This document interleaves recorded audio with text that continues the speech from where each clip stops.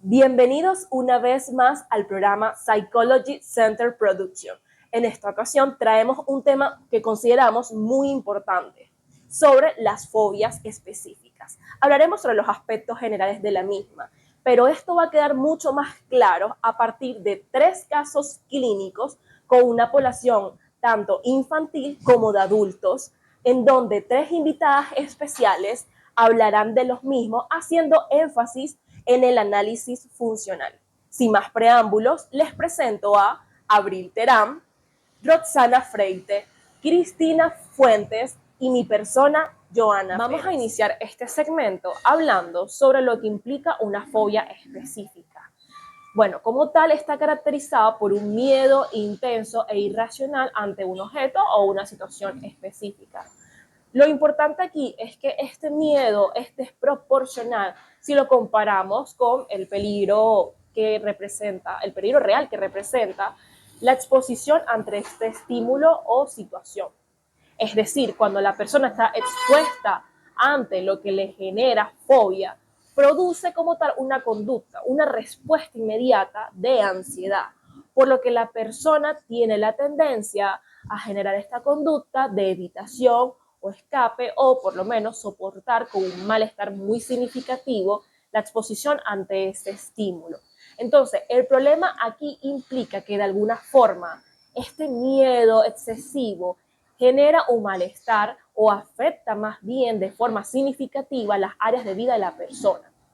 Entonces, si podemos resumir las características muy importantes de las fobias específicas, lo primero que diremos es que la persona puede reconocer que el miedo que siente es excesivo e irracional.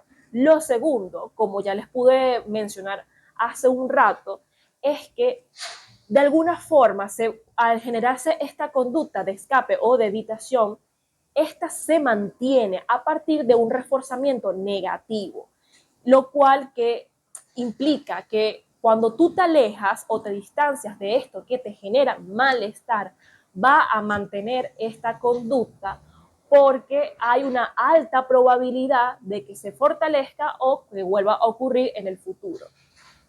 Por último, voy a hablarles de lo que sería la clasificación propuesta por este manual diagnóstico, como el DSM-4, la versión revisada, que habla que hay como varios tipos para clasificar las fobias específicas. Primero que nada está la situacional, que podemos tomar ejemplo, los aviones y los elevadores, entre otras situaciones. Luego está el ambiental, que sería como que este miedo excesivo a las alturas o a las tormentas. Ahora, voy a hacer un inciso en la clasificación que viene, que habla de el miedo hasta la sangre o a las inyecciones, porque de alguna forma genera en la persona una respuesta fisiológica, la cual está caracterizada por un aumento en la tasa cardíaca, que cuando llega a su pico desciende y puede generar en la persona unos desmayos, cuando ésta está expuesta ante esta situación que le genera este malestar o este miedo excesivo. Luego están los animales, que podría ser este miedo a, no sé, a las ratas, a las cucarachas o a las serpientes. Y por último, el DSM dice que cuando hay un miedo que no se puede clasificar en estas categorías, vamos a meterlas a esta que se llama otras categorías. Pues. En los métodos de evaluación en las fobias específicos, primero que nada se usa lo que se conoce como la entrevista clínica para poder identificar qué es lo que ocurre con esta persona y si presenta o no una fobia específica, porque puede suceder que en algunos casos se pueda confundir con otro tipo de trastorno, por lo que se realiza una evaluación completa con este uso de la entrevista clínica en conjunto con estos autoinformes que evalúan tanto la frecuencia, la intensidad, el exceso de temor y los distintos niveles de respuestas, ya sea cognitivo, fisiológico y conductual. También se utiliza lo que se conoce como la evaluación conductual para poder identificar estas señales de temor, la frecuencia e intensidad del miedo. Y bueno, una forma de hacerlo es a través de la prueba de aproximación conductual. Un ejemplo de cómo se utiliza esta prueba en el caso de que tengamos un paciente con miedo a las cucarachas, se le informa del procedimiento de la prueba y se le pide que se dirija a la esquina de la habitación. Entonces se va a presentar ese estímulo debido por el paciente y poco a poco se va a ir evaluando cómo reacciona ante la exposición de ese estímulo. Lo positivo de esta evaluación es que de alguna forma es una presentación controlada. Ahora, lo importante del caso de la formulación y la realización de un análisis funcional es que, como tal, el análisis funcional explora, o en este caso identifica cuál es la funcionalidad de la conducta de la persona, es decir, qué mantiene, cómo se adquirió esa conducta, qué reforzadores están teniendo una consecuencia en el mantenimiento de esa conducta. Entonces, los antecedentes y los consecuentes y las respuestas forman parte de los elementos que integran este análisis funcional. En este caso, los antecedentes son estos estímulos o estas situaciones específicas que anteceden ciertas respuestas en una persona. Estas respuestas pueden estar divididas, como mencioné anteriormente, en este criterio de triple respuesta, es decir, a nivel cognitivo, la persona tiene estos pensamientos de ansiedad, predicciones y expectativas e imágenes de las consecuencias que ocurren al aproximarse a este estímulo temido. Por ejemplo, esta persona que le tiene miedo a las alturas tiene la creencia de que esta persona se puede caer de un avión si es el caso de que está en esta situación. A nivel fisiológico están asociados con estas respuestas que se conocen como difásicas. En este caso hay como un aumento en la presión sanguínea que produce una respuesta de desmayo en la persona. Y esto pasa específicamente en los casos de los tipos de fobias que son de las sangres y las inyecciones. Luego está a nivel motor, que lo que se caracteriza más bien las fobias específicas es que la persona emite un operante de evitación y escape ante la aproximación de ese estímulo que le genera malestar, ese estímulo fóbico.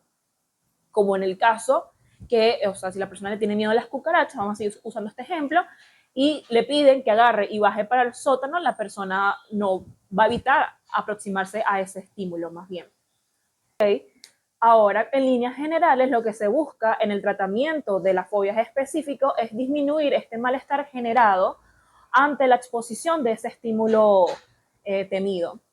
Entonces, lo característico aquí principalmente es que hay una elevada activación fisiológica en la persona. Entonces, lo que se busca es disminuir esta activación fisiológica.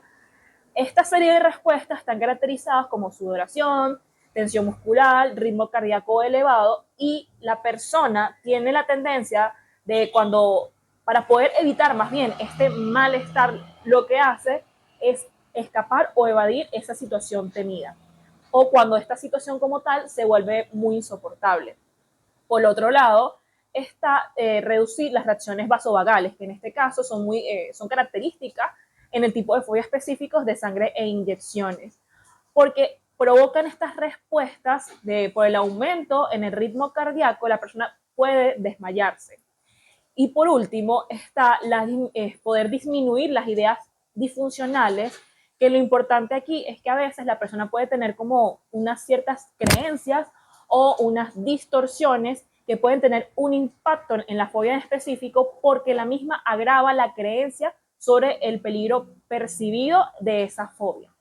Entonces, aquí lo que se busca en líneas generales es que el tratamiento de las fobias específicas puedan reducir el temor, como mencioné anteriormente. Sin embargo, cada tratamiento es personalizado acorde al análisis funcional de su conducta. Y esto podrán observarlo con mayor énfasis y detalles en los casos clínicos que vienen a continuación. A continuación se presenta el primer caso de sintomatología fóbica. Dicho caso lleva por nombre Intervención Psicológica Online desde la terapia de juego cognitivo-conductual, en un caso de sintomatología fóbica infantil durante el periodo de confinamiento por COVID-19. El motivo de consulta es traído por las madres de que su hijo de 5 años está presentando un miedo intenso ante salir del hogar por, 1, ese virus, ese COVID-19, y 2, ante fenómenos meteorológicos como vientos, lluvias o que el día esté nublado. el niño está experimentando una serie de operantes, no solo relacionados con ese miedo o ansiedad, quienes en este artículo van a ser términos intercambiables, sino que también está manifestando verbalmente la petición de no salir del hogar. Si ya ellos tuvieron que haber salido de ese hogar, entonces el niño una y otra vez pide volver o pide refugiarse en el carro o bajo un techo. Ante el malestar no solo presentado por el niño de 5 años, sino también el malestar que presentan las madres al no saber cómo redirigir esa conducta o volverla más adaptativa, entonces asisten a pedir ayuda al Servicio de Psicología Aplicada de la UNED. Tal como se comentaba, entonces se trata de un caso de sintomatología fóbica ante estos fenómenos meteorológicos, así como la presencia del virus o del COVID-19 y las posibles consecuencias que este virus pueda acarrear para la salud del niño. La idea o el objetivo general es tratar de disminuir esa respuesta de ansiedad, no solo ante el virus, sino también ante estos fenómenos meteorológicos, así como la generalización de todas las actividades que debe hacer el niño progresivamente. Una vez identificada la problemática a través de las entrevistas realizadas semanalmente, entonces se definen lo que van a ser los objetivos terapéuticos. Para ello, el primer objetivo entonces es disminuir esa respuesta de ansiedad o esa respuesta pues tanto fisiológica, motora como cognitiva que tiene el niño ante salir de la casa por la presencia del virus. Asimismo, como aumentar la serie de actividades que pudiese realizar fuera del hogar. También disminuir la misma respuesta de ansiedad que el niño puede presentar ante la lluvia, el día nublado, las nubes o el viento y a su vez aumentar toda esta serie de actividades que puede realizar el niño fuera del hogar ante la presencia de la lluvia, del día nublado, las nubes. Es así como a raíz de lo proporcionado o la información proporcionada por las madres se definen entonces estas variables disposicionales que tienen que ver con variables que pueden entonces influir o modular esa respuesta de miedo o ansiedad, tal como se describe en este artículo. Entonces, la primera que se tiene es la etapa de confinamiento, que presenta una situación novedosa, es decir, presenta una interrupción de las rutinas que pues mantenía el niño normalmente, tanto dentro como fuera del hogar.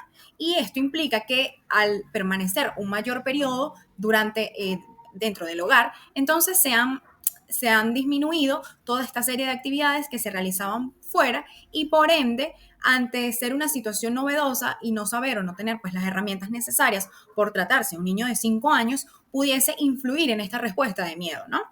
Asimismo, también tenemos lo que serían los miedos evolutivos, comprendiendo que el niño está en una etapa evolutiva durante los 5 años y estos primeros años de vida es relativamente normal o esperado, de acuerdo a lo normativo y lo biológico, que el niño entonces presente este tipo de miedo ante sonidos muy fuertes, como lo podrían ser la lluvia o estos vientos que pues generalmente causan estos sonidos. También puede ser por el hecho de que vive en una zona o en un lugar de residencia donde hay una mayor convergencia de estos vientos y de estas lluvias e incluso fenómenos un poco más fuertes como el DANA, que tiene que ver entonces con depresiones aisladas en niveles altos. Es decir, que se producen tanto lluvias como vientos mucho más fuertes de lo que sería un evento pues normal o dentro de lo esperado también.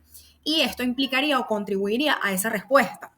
Además, el niño tiene un hermano menor de 22 meses que pudiese ser también un agente o pues una variable que estuviese interviniendo en toda esta conducta, porque bueno, ante la división de la atención de sus madres con su hermano, pudiese también requerir que el niño tiene entonces también unas demandas que atender, pero como el niño o el hermano es menor, entonces quizás hay una inmediatez en esa respuesta por parte de las madres de atender el hermano y pudiese entonces quedar desplazado a este niño, ¿no? De 5 años, que en este caso sería pues el que está siendo tratado por la respuesta de ansiedad. Asimismo, también las madres proporcionan entonces información de lo que sería ese nivel de activación fisiológica o también se pudiese decir como su nivel de energía diario. Y ellas describen que existe un alto nivel, que él es un niño que ha sido como nervioso o que presenta pues esta serie de características o estilos interactivos que ellas denominan como nervioso. Gracias a la información proporcionada por las madres, entonces se tiene un entendimiento, una comprensión de que durante el periodo de confinamiento el niño cambió sus rutinas y también dejó de salir del hogar porque sus madres le explicaron que había un virus o un bichito peligroso del cual debían protegerse. Es posible que el niño fuese asociando esta situación o un estímulo que era neutro o apetitivo con una situación que fuese aversiva y fue entonces aprendiendo a responder mediante la ansiedad ante estas situaciones en las cuales previamente se había sentido tranquilo o no reportaba pues una respuesta que generara mayor malestar. ¿Qué es lo que lo que pudo haber ocurrido y cómo se puede explicar a través del condicionamiento clásico? Primero, atendiendo acá a la lámina, entonces tenemos un estímulo incondicionado que en los autores denominan como amenaza de virus peligroso, pero también puede ser simplemente la presencia del virus por COVID-19. Ellos reportan entonces que ante este virus hay una respuesta de alerta o de ansiedad, que si bien se hace mucho más énfasis en las operantes motoras que se están realizando, no se hace tanto énfasis en lo fisiológico o lo cognitivo. Aquí, como ya mencionaba, puede ser intercambiable la ansiedad y el miedo. Entonces es muy importante pues atender que cuando se refiere a ansiedad se refiere entonces a todos estos patrones conductuales que generalmente ocurren, pero que no necesariamente tienen que presentarse todos. Por lo menos en el caso del niño no está especificado más allá de esas conductas motoras. Entonces, en este caso, está este virus que me genera esta respuesta de alerta o esta ansiedad. Listo. Ahora, ¿qué es lo que pasa? Ante la presencia de ese virus peligroso, yo tengo un estímulo que generalmente pues no está asociado con nada más que simplemente con salir del hogar. Salir del hogar para realizar cualquier actividad en sí mismo no genera ni un miedo, ni una respuesta de ansiedad en general o un malestar. Entonces, este estímulo neutro, que era salir del hogar, quedó asociado con la presencia de ese virus peligroso.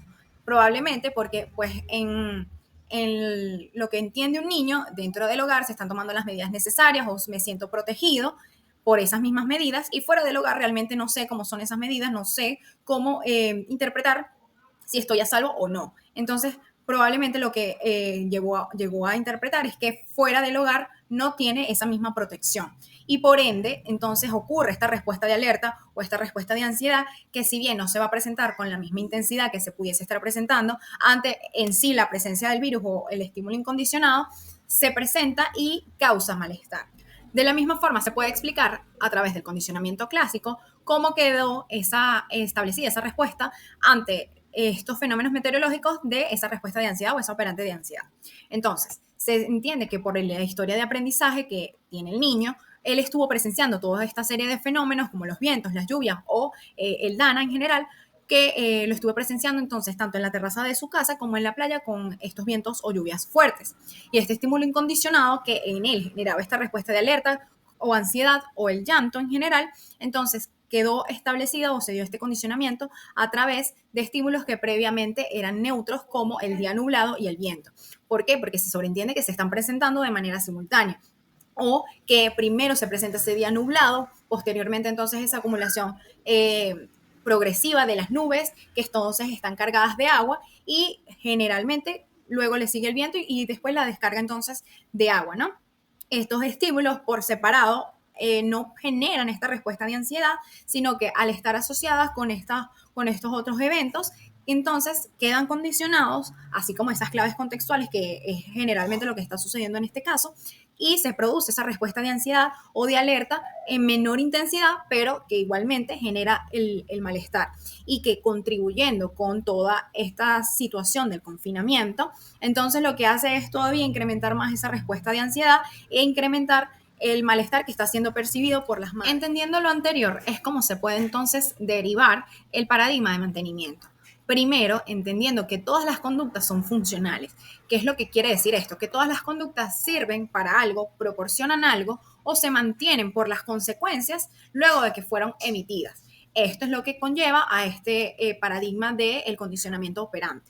Ok, la conducta está siendo aprendida por el condicionamiento clásico, pero en la actualidad está siendo mantenida y reforzada por el condicionamiento operante, y cualesquiera que sean las consecuencias que se atribuyan a esa conducta, que estén siendo producidas una vez que se emite la conducta, o que sean contingentes pues a esa conducta, y que además no se puede especificar de esta manera de que sea gratificante o que sea poco gratificante, porque esa cualidad o ese adjetivo únicamente lo puede colocar el sujeto.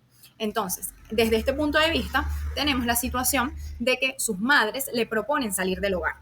Este es el primer ejemplo. Sus madres le proponen salir del hogar, que este sería el estímulo discriminativo, ante el cual él emite toda esta serie de operantes. Lo primero que hace entonces es verbalizar no o no quiero, por ejemplo. Desde el punto de vista fisiológico, entonces, hay llanto, está la activación fisiológica de toda esta serie de respuestas o todo lo que implicaría en la ansiedad, que si bien no se puede especificar acá porque no está específico en el artículo, se puede entonces generar una idea de lo que ello implica. y ese nerviosismo que definen las madres o que otorgan las madres que pudiese entonces estar relacionado con ese nivel alto de activación basal. Ahora, desde el punto de vista cognitivo, entonces la emoción predominante es el miedo y toda esta serie de respuestas que sería pues la operante denominada ansiedad, entonces está generando este estímulo consecuente o estas consecuencias que es que no sale de casa y por ende está evitando esa situación ansiógena o esa situación que me genera pues tanto malestar, lo que sería un reforzamiento negativo, porque entonces emito la operante que ya describí para poder evitar esa situación que yo considero que es muy aversiva o que me genera mucho malestar. Se disminuye entonces la ansiedad o toda esa respuesta, porque también implica un hecho de que estoy liberando la tensión y por ende también estoy recibiendo otra consecuencia que es que recibo atención o interés por parte de las madres o cariño que pudiese estar descrito, aunque aquí no se operacionaliza realmente, puede estar descrito como que te soben la espalda, que te den un beso, que te abracen, todo esto, que para el niño, de acuerdo, si así lo percibe, que en este caso sí es oportuno, lo percibe entonces como gratificante. Y eso es lo que está contribuyendo, por lo menos en esta secuencia conductual, que se mantenga esa conducta, que se siga repitiendo. Ahora, desde el punto de vista, esto por lo menos desde el punto de vista de lo que sería el virus. Ahora, desde el punto de vista de que ya estoy fuera del hogar, entonces me veo, entre comillas, desprotegido, ¿verdad? Ese es el estímulo discriminativo, se emite la misma operante y lo que cambia aquí es que entonces se verbaliza esa petición de volver a casa. Está la presencia igualmente del llanto, desactivación fisiológica, el nerviosismo y la emoción como miedo. Ahora, ¿qué consecuencias tengo en este caso? Las consecuencias sí están siendo un poco diferentes, porque entonces, aunque ya estoy fuera de la casa, las madres van a hacer todo lo posible para volver a casa y se está escapando de la situación, porque yo ya estoy inmersa en esa situación, ya estoy fuera del hogar, estoy presentando este malestar y como esto es tan aversivo para mí, reitero la petición de volver a casa. Y como para las madres ya se conoce que esta situación pues puede ser... puede ser bastante, puede generar bastante malestar o también incluso puede ser toda la situación en general aversiva para ellas, ellas lo que van es a contribuir a volver a casa, volver al hogar y por ende, como se está escapando, ¿no? Es un reforzamiento negativo porque nuevamente emito la operante y se reduce en este caso esa situación aversiva que es estar fuera del hogar por todo lo que ello implicaría. Entonces, disminuye la ansiedad, hay una liberación entonces de toda esta tensión y posteriormente se recibe la atención o el interés, el cariño por parte de ambas madres. Y esto sería el reforzamiento positivo porque estoy obteniendo estas consecuencias que me permiten entonces disminuir todo esto que estoy sintiendo y pues incluso contribuir a mantenerla porque bueno, estoy obteniendo una función, como ya había comentado, al emitir esta respuesta de ansiedad o categorizada como ansiedad. Siguiendo con ese análisis funcional, entonces ahora se va a hablar de ese paradigma de mantenimiento de la respuesta operante ante estas condiciones meteorológicas.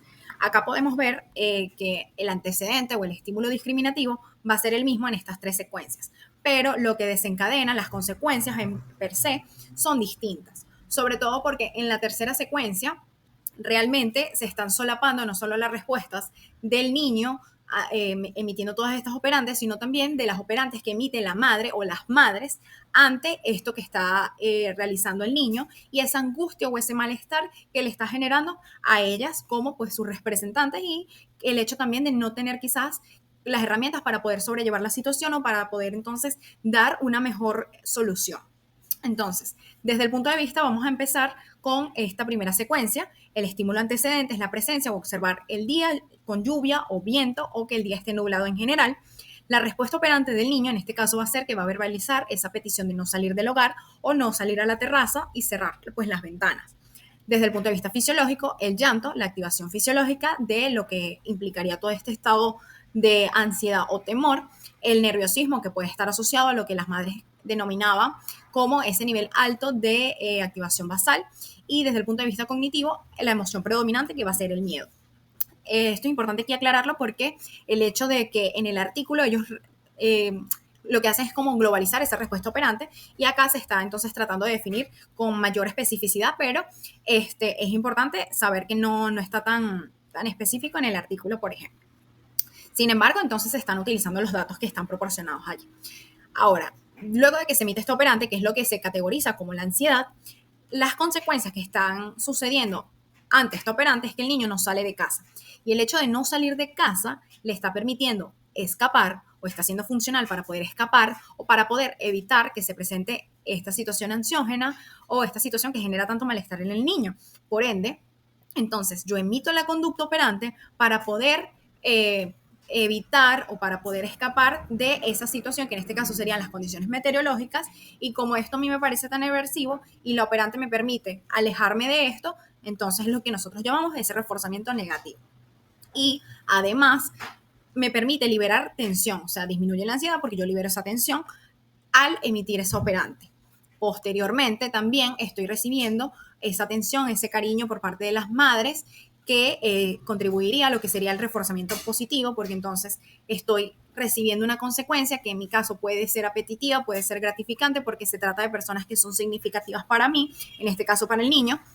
Y entonces eso lo que va a hacer es que va a aumentar la probabilidad de que esa conducta se vuelva a repetir en el futuro. ¿Por qué? Porque trajo estas consecuencias, porque fue funcional, no solo para evitar aquello que fue aversivo, sino también para obtener algo que es agradable o es gratificante para mí en este punto, desde este punto de vista, ¿no? Si pudiésemos entonces continuar, esto puede ser una secuencia completa, como en un registro, o pueden ser secuencias aisladas. Ante la misma situación o ante el mismo estímulo discriminante, se produce la operante de preguntar, ¿va a llover? Y lo mismo desde el punto de vista fisiológico, el llanto, esa activación fisiológica, el nerviosismo, y desde el punto de vista cognitivo, la emoción predominante, el miedo. Ahora, las consecuencias entonces son diferentes. Aunque la operante sea la misma, las consecuencias de momento a momento va a ser diferentes, porque en este caso, las madres lo que están es verbalizando palabras de aliento, le están tranquilizando a través del reporte pues verbal. Entonces pueden decir, quédate tranquilo, no va a llover, no va a pasar, aquí el teléfono me está diciendo que no va a llover el día de hoy, que hay muy poca probabilidad, etcétera. Pueden existir un montón de conductas que pueden quedar englobadas aquí y que entonces lo que están produciendo en el niño es que igualmente se disminuye toda esta activación fisiológica, disminuye pues la ansiedad y por ende, entonces, como volví a emitir la operante, lo que vuelvo a obtener es que evito o escapo de la situación dependiendo de si estoy en presencia de la situación o si puedo entonces evitarla porque todavía no ha sucedido tal situación de estas condiciones meteorológicas, ¿no? Y además, por añadidura, entonces está esa sensación de control de que tengo de que como me preocupé y como emití la conducta operante, entonces pude evitarme esto que es tan aversivo o que ha sido tan aversivo en experiencias pasadas y eso sería el reforzamiento pues, positivo. Además que también vuelvo a recibir esta atención o este interés por parte de mis madres, que son personas significativas para mí y que por ende entonces siempre voy a querer como esa interacción. En la última secuencia es particular porque aquí se combina, como ya había mencionado, las operantes tanto del niño como las operantes de la madre, porque ya ellas previamente han manifestado que la situación les sobrepasa y que consideran que a veces es mejor hacer lo que el niño dice porque, bueno, como que no hay otra manera de solucionar tal situación, o por lo menos ellas en el momento no conocían otra manera. Entonces, igualmente, ante el mismo estímulo discriminativo, la presencia del día nublado o lluvioso o con mucho viento, se emite un operante que desde este punto de vista es de las madres, ¿no? Hacer aquello que dice el menor. Por ejemplo, que cierren las ventanas o que no se salga a la terraza o no salir de casa. Desde el punto de vista fisiológico, entonces si pudiese ser el llanto, pudiese ser esa activación fisiológica, el nerviosismo y el miedo desde el punto de vista cognitivo. Y las consecuencias que están sucediendo justo después de haber emitido la conducta es que esa respuesta de ansiedad por parte del niño se reduce por todo lo que están haciendo las madres, todas esas conductas operantes que están emitiendo las madres, y además las madres están entonces recibiendo es que no suceden estas rabietas o estos quizás berrinches que pudiese presentar el niño, porque esta situación le está generando este temor, y además lo que hace es que disminuye la ansiedad en la propia madre y esto se reduce, se libera la tensión y entonces se reduce toda esta activación fisiológica que están experimentando las madres, por lo que ya había dicho de que quizás no saben cómo sobrellevar la situación ni qué hacer o qué medidas tomar para poder dirigir esto de manera pues más adaptativa. Entonces, igualmente, como la madre está haciendo justo lo que el niño pide o lo que el niño requiere, entonces la madre y al hacerlo evita o escapa de la situación, ¿verdad? De los berrinches, de la ansiedad de su hijo, de las rabietas, y por ende, entonces, como esto no se presenta, entonces la madre, a su vez, disminuye toda esta activación fisiológica que puede presentar en ella. Y por ende, entonces se puede encontrar tanto el reforzamiento positivo como el reforzamiento negativo, por lo menos en estas 3 secuencias, aunque la operante pudiese ser bastante similar y las consecuencias también siempre van a ser diferentes para cada cadena conductual o cada. Es a partir de este análisis funcional que se puede comprender todas estas aristas de esta problemática, tanto cómo se instauró por condicionamiento clásico hasta cómo se mantiene por condicionamiento operante. Y entonces se puede todavía entender más cómo esta conducta ansiógena o esta respuesta operante está siendo funcional en la actualidad. Y esas consecuencias que se están obteniendo a través de mecanismos diferentes como el reforzamiento positivo o el reforzamiento negativo.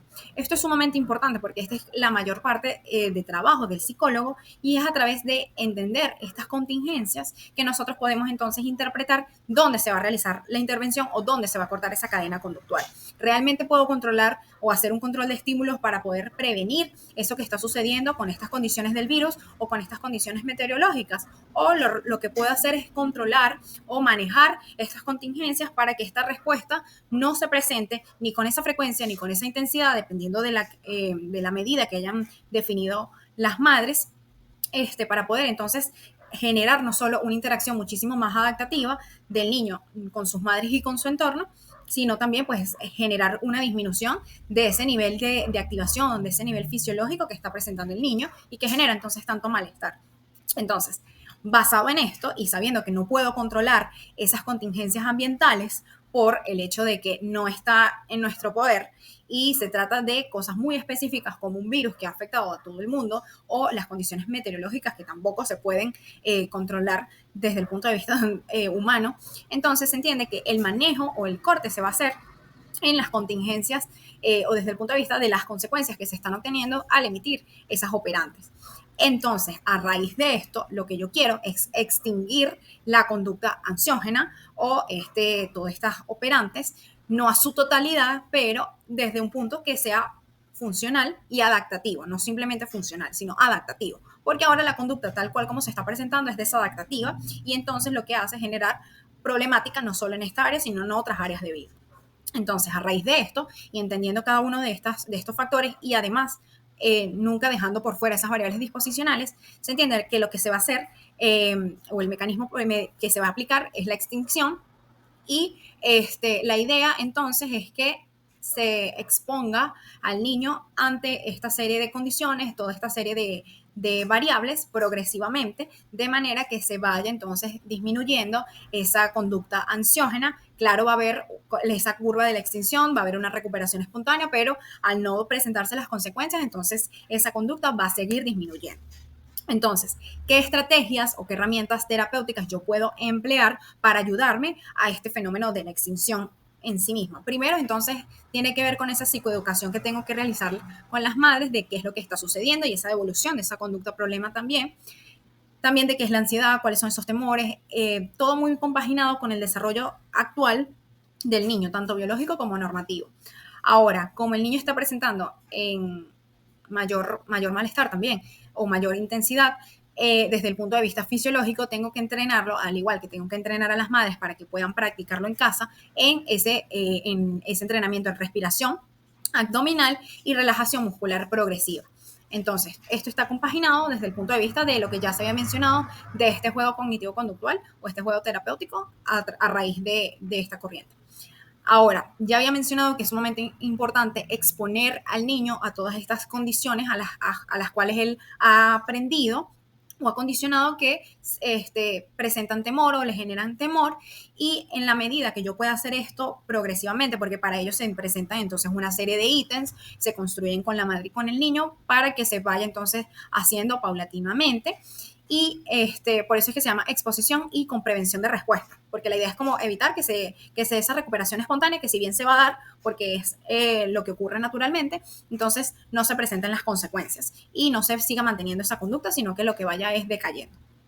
y en compañía de esta exposición se incluye entonces la economía de fichas, porque lo que se quiere es que él vaya aprendiendo que a la medida que él se va exponiendo a cada una de estas situaciones y puede volver a realizar todas estas actividades fuera del hogar, entonces puede realizar una actividad que para él genere pues mucho placer, o sea, muy gratificante en la medida que se hayan recolectado cada una de las fichas requeridas o designadas para el programa. Y es así como entonces se puede intervenir o se dio la intervención, por lo menos en este caso, de esta sintomatología fóbica, no solo ante el virus, sino también ante condiciones meteorológicas. Buenas, yo soy Roxana Freites y en este apartado les vamos a estar conversando acerca de otro caso en donde se utilizó la terapia cognitivo-conductual para tratar un caso de fobia a la oscuridad a través de básicamente la presentación de imágenes y escenificaciones emotivas a una niña de 7 años. También se utilizó entrenamiento para padres y técnicas de relajación, así como exposición en vivo para disminuir gradualmente esa fobia a dicha oscuridad. Para contextualizarnos un poco en este caso, quise traerles el motivo de consulta para que pudieran entenderlo un poco más. Pueden parar el video si quieren y leerlo detenidamente. Básicamente, como les venía comentando, Marina es una niña de 7 años que está presentando un miedo intenso a la oscuridad, lo cual está afectando negativamente la rutina familiar, por lo que los padres la llevan a consulta. Esto se muestra básicamente cuando la niña no consigue dormir sola, necesita que la acompañen a su cuarto o incluso puede preferir estar en el cuarto de los padres para dormir. También pide ayuda para asearse. Esto no por alguna dificultad motora o del desarrollo, sino que siente temor de quedarse sola, sobre todo en horas de la noche cuando la casa está más oscura. Para poder trasladarse a lo largo de la casa cuando está sola, necesita prender todas las luces para sentir seguridad. Esto igualmente no está funcionando del todo, ya que cuando llega con los padres se muestra muy tensa, muestra temblores, taquicardia, está alterada, incluso a veces puede llegar a llorar. También verbaliza sus miedos a personajes de fantasía, como pueden ser personas malas o monstruos. En este sentido, el objetivo general de los psicólogos fue eliminar la conducta de fobia a la oscuridad. Esto se hizo a través de un corte de la cadena conductual en la parte de los consecuentes, pues como podremos ver en el análisis funcional más adelante, lo que tiene mayor peso en el mantenimiento de esta conducta problema son los estímulos consecuentes o los reforzadores, pues hay reforzamientos positivos de parte de los padres, básicamente pues le están dando atención, la están calmando hasta que pueda quedarse dormida, y también recibe reforzamiento negativo tanto por escape cuando está presente esa estimulación aversiva para ella, como por evitación antes de que se presente esa situación. Es importante mencionar que si bien estos psicólogos tenían la meta de eliminar esa fobia a la oscuridad, es importante tener cuidado con estos términos, pues se está hablando de extinguir una conducta que ya fue aprendida. Entonces, quizás lo que podamos lograr en este caso sea disminuirla, considerando que puede existir alguna recuperación espontánea. Esto que venía comentando anteriormente no quiere decir que entonces el tratamiento no vaya a ser efectivo, sino que por el contrario es una variable que hay que tomar en cuenta al momento de ir construyendo la intervención. Si bien tenemos que trabajar con la conducta propiamente de la niña, como hacer entrenamiento en relajación, hacer ciertas reestructuraciones cognitivas, también hay que trabajar con esos estímulos que pueden provocar esa recuperación espontánea, como puede ser las respuestas que tienen los padres hacia la niña. Entonces, en este caso sería importante hacer entrenamiento para padres. Ya hablando de lo que son las variables disposicionales específicas de la niña, tenemos la historia de condicionamiento, pues los padres reportan que estas conductas han estado siempre en ella. Nunca ha dormido sola, con frecuencia se dormía en el sofá o con los padres. Estos lo llevaban a la habitación para que pueda dormirse durante la noche, o sea que se durmiera con ellos presentes o directamente se iba a su habitación. Las variables generales del individuo son el momento involutivo evolutivo, pues está en un estadio básico. En esta etapa es esperado que los niños tengan temor a la oscuridad ciertamente, aunque este temor que tiene Marina se diferencia del esperado, pues es clínicamente significativo, es más intenso de lo normal o de lo esperado y por ende tiene que ser tratado a través de terapia. También muestra una alteración funcional de manera hipotética, pues los padres reportan que es una niña temerosa y siempre lo ha sido excesivamente con todo. Entonces esto pareciera aludir a que además de una fobia específica puede que tenga algún otro trastorno de ansiedad. Otra de las variables disposicionales importantes de la niña que quisimos destacar acá es la función de refuerzo prioritaria, que deriva de lo que es la historia interconductual. Aquí podemos entender que la niña responde sobre todo a estímulos que son externos e inmediatos, que se dan tanto por reforzamiento positivo o por reforzamiento negativo. Este reforzamiento positivo ocurre entonces cuando la niña recibe atención de los padres o cuidados, cuando está emitiendo las conductas propias de la fobia a la oscuridad, o reforzamiento negativo cuando evita o escapa de estas situaciones que le son aversivas. Ya entrando a lo que son las variables disposicionales del entorno, tenemos el contexto próximo, pues la casa de la niña cuenta con una particularidad y es que se divide en dos partes. Por una parte está la donde duermen los papás, que allí está el baño, esa habitación, está la cocina, la sala. Hay un pasillo que no le entra luz natural, que une esta parte de la casa con la otra en donde la niña duerme. Esa otra parte es más oscura, solamente ella es la que suele estar más allí, entonces tiene que lidiar constantemente con el hecho de estar pasando al otro lado de la casa a través de ese pasillo oscuro o de tener que dormir más a solas o más distanciada de sus padres. Otra variable disposicional importante del entorno son los valores sociales, pues a pesar de que no se especifica cómo se adquirieron estas creencias de que van a salir monstruos en la noche o van a salir personas malas, claramente pareciera que estas creencias fueron aprendidas ya sea en el hogar, en el colegio o en algún otro ambiente del contexto amplio. Por otro lado, tenemos lo que es el paradigma de adquisición de la conducta problema. Si bien este no queda del todo claro en lo que es la exposición del artículo, sí se puede entender que se da por condicionamiento clásico y condicionamiento operante. En el primer caso, podemos ver que hay un estímulo incondicional como es la inseguridad, los monstruos o las malas personas.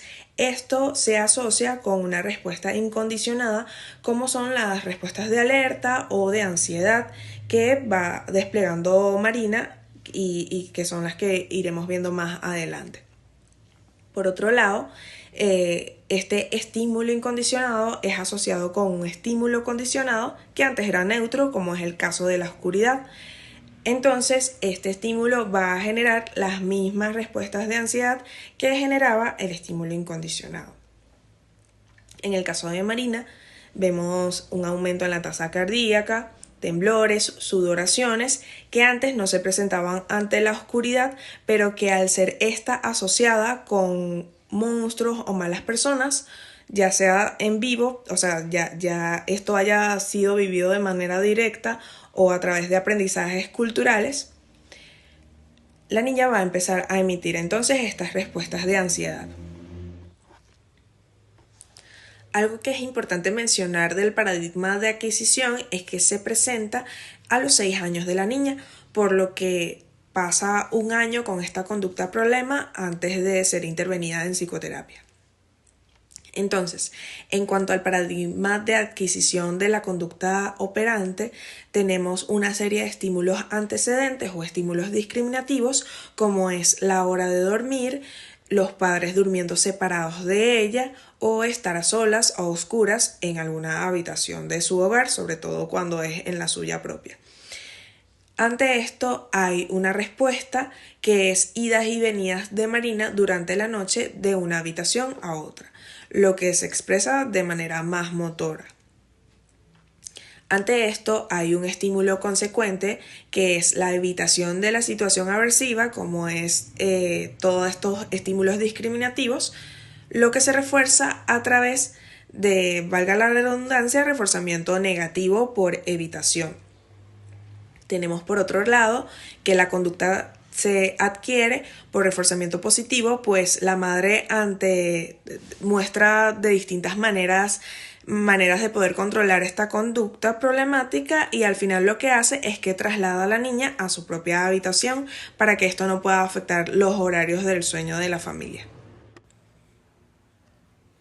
Ya en términos del paradigma de mantenimiento tenemos que básicamente la conducta se mantiene a través de condicionamiento operante. Aquí podemos ver lo que es la triple relación de contingencia. Por un lado tenemos una serie de estímulos discriminativos que en general hacen alusión al hecho de que la niña esté sola y a oscuras en algún lugar de su casa.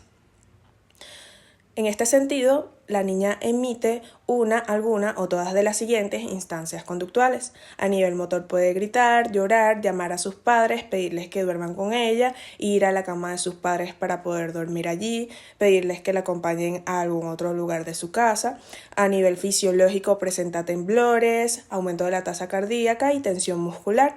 A nivel cognitivo puede presentar pensamientos catastróficos acerca de las consecuencias de tener que estar en alguna de estas situaciones, como es el hecho de que salga un ser monstruoso o una persona mala. Ante esto, la niña recibe dos tipos de reforzamiento. Por un lado, ella reduce su malestar a través de la evitación o escape de esa situación aversiva, por lo que podemos hablar de reforzamiento negativo por escape y evitación o evitación, dependiendo de la situación. Por otro lado, tenemos reforzamiento positivo, pues los padres la atienden, la cuidan, intentan calmarla cuando ella presenta alguna de estas respuestas. En este sentido, es importante hacer un doble corte en la cadena conductual. Si bien sabemos que la conducta se está manteniendo en mayor parte por lo que son los reforzadores, por lo que habría que hacer un manejo de contingencias, también sabemos que la conducta se adquirió por condicionamiento clásico, por lo que es necesario hacer control en los estímulos y cambio en la valencia de ellos. Todo el proceso de evaluación es crucial para poder aplicar de forma efectiva las técnicas. Es importante comprender la funcionalidad de la conducta de Marina y cómo la misma se está manteniendo. A partir de esto, se puede decidir qué tecnología es la adecuada, ya sea lo que se conoce como control de estímulo o lo que se conoce como el manejo de contingencia. En este caso en específico, se entiende que las terapeutas utilizaron ambas tecnologías por la selección de las técnicas que decidieron que eran las más adecuadas para poder cumplir el objetivo, que es reducir el miedo a la oscuridad de Marina. En el primer caso, en el control de estímulo, en este caso lo que se utiliza es la regulación en el nivel de iluminación por el miedo a su oscuridad. Las terapeutas comenzaban a exponer de forma gradual a la niña con una luz en la esquina de la habitación y poco a poco se fue disminuyendo. Y entonces el objetivo es que la niña fuera aprendiendo que ese estímulo, que sería la oscuridad, no es nocivo para ella. Entonces esto indica un cambio en la valencia del estímulo. Por otra parte, lo que sería el manejo de las contingencias, entendiendo que estas son las consecuencias que se obtienen al emitir un operante, el objetivo del tratamiento, como bien dije, es disminuir las respuestas de miedo ante la oscuridad. Y para ello se requiere extinguir esa respuesta y reforzar cuando la niña no emite la conducta de escape y de evitación. Por ejemplo, el caso de permanecer una cantidad de tiempo con la luz apagada, si lo hace o no, eso genera una consecuencia, por lo que se administra un reforzador para poder modificar esa conducta de escape y evitación que tiene la niña a la hora de dormir sola. Por otra parte, las autoras mencionaron que los niños cuando son tan pequeños es mejor combinar lo que sería el reforzamiento con un modelado participante, es decir, aquellas situaciones que mediante la exposición imaginaria la niña no supera, se repetía, pero en este caso el rol lo tomaba el terapeuta para enseñarle cómo afrontar ese estímulo aversivo. todo esto se hace en un contexto de juego. Entonces, ya entrándonos en lo que serían las técnicas que se empezaron a utilizar, primero está lo de la psicoeducación, que es fundamental tanto en los padres como en la niña, lo que sería en las 2 primeras sesiones. Lo característico en este caso es que se realizaron en el ambiente natural de la niña, en este caso en su hogar. Se proporcionó información sobre su problema y el tratamiento, y se le enseñó también las técnicas de refuerzo positivo a los padres, la extinción, la implementación de lo que sería la economía de ficha y las rutinas para dormir. Además de esto que les mencionaba hace rato, que es el control de la regulación de la iluminación de la luz. Ahora, antes de iniciar lo que sería la exposición en imaginación, se construyó en conjunto con la niña una jerarquía de estas situaciones que se iban a utilizar en las sesiones de exposición. Entonces, estas situaciones, entendiendo que son las situaciones de categorías, una por una, de cuáles son las que les generaría mayor miedo. Entonces, con estas situaciones de forma jerarquizada se utilizó para valorar la intensidad de la exposición del miedo en el niño, y para ello se utilizó la herramienta de un termómetro que se iba graduando. Entonces iba del 1 al 10 y la niña iba señalando cuál era su nivel de temor en ese momento. Se tomó otro criterio para la hora de poder usarlo de la exposición. En este caso sería la intensidad de la luz, el tiempo de exposición para elaborar el listado de situaciones. Con los padres en particular, como bien dije, se implementó lo que sería el programa de economía de ficha, y para eso se eligieron las fichas a canjear. En este caso, en lo que sería la exposición en vivo, la niña tenía que interpretar un papel, y en este caso sería como un personaje que a ella le admirara, que fuera valiente, que tuviera ciertas características que le ayudara a ella a afrontar estas situaciones que tenía. Ella seleccionó lo que sería la Mujer Maravilla. Entonces, uno de estas fichas canjeables que se seleccionaron fueron las calcomanías de la Mujer Maravilla, que es las mismas se iban a entregar en la mañana si la niña lograba dormir durante toda la noche en su cuarto sola, sin manifestar estas conductas problemáticas. Luego, más adelante, se le enseñó a la niña en su propio ambiente natural, en este caso en su cama, en un entrenamiento en relajación muscular, que es la versión adaptada para niños, que es el ECOPE, con la finalidad de que ella, cuando se presente este miedo, use esto como una estrategia de afrontamiento al momento de despertarse durante la noche. Entonces, durante estas 8 sesiones se aplicó la técnica de imágenes y escenificaciones emotivas, y se practicó también las técnicas de relajación en conjunto.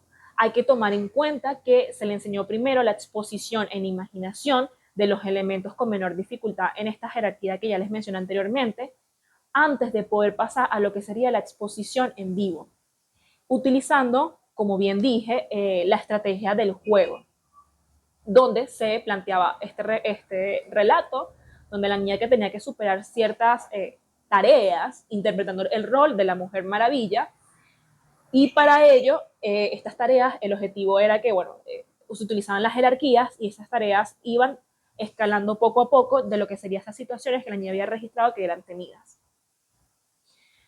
Un criterio que se utilizó es que, bueno, cuando la niña cumplía 2 veces ese ítem de la jerarquía, se consideraba que ya lo había superado. Entonces, la terapeuta lo que hacía es que reforzaba con los refuerzos sociales, y algunas veces utilizó los materiales, como en el caso del chocolate. Entonces, se puede concluir que los resultados fueron favorables en la disminución de la fobia a la oscuridad. La niña había dejado de manifestar miedo cuando tenía que pasar de una habitación a otra, y dejó de solicitar la presencia de sus padres durante la noche. Entonces, vuelvo y menciono que el contexto del juego facilitó muchísimo la exposición y el uso de las técnicas de imaginación emotiva, porque las mismas minimizaron el carácter aversivo de la exposición. Cabe mencionar que fue fundamental el rol que asumió los padres en lo que sería la administración de las contingencias en el ambiente natural de la niña. El tercer caso que traemos a relucir es la terapia cognitivo-conductual aplicada a un caso único, específicamente a fobia a la conducción. Este caso fue realizado en el año 2018 por Verónica Cabañas, Irene Casanova e Isabel. Caso único le vamos a llamar A. A es una paciente femenina de 30 años quien no es independiente, actualmente vive con sus padres, pero tiene carro o auto y licencia de conducir desde los 18 años. Esta paciente también indica que no tiene antecedentes psicológicos más que el trastorno de ansiedad generalizada de su madre, quien describe como una persona muy nerviosa. Ahora bien, cuando hablamos del motivo de consulta de la paciente, ella asiste a consulta por el miedo o el temor a conducir. Este miedo también se presentaba con claros síntomas de ansiedad, por lo menos en la primera terapia o en la primera sesión se pueden reflejar síntomas físicos como opresión torácica, hiperventilación, tensión muscular, taquicardia, temblores y sensación de hormigueo. También tenemos síntomas cognitivos como miedo a perder el control del coche o del carro, miedo a tener un accidente y miedo a no ser capaz de reaccionar. Y a nivel conductual tenemos síntomas como evitar coger un coche o evitar conducir un carro en la medida de lo posible y procura, en ese caso, si desea conducir, estar acompañado. Cuando se refirió sobre la historia del problema, la paciente refirió que hace 2 meses tuvo un pequeño descontrol o perdió por un momento el control de su auto, específicamente en una curva.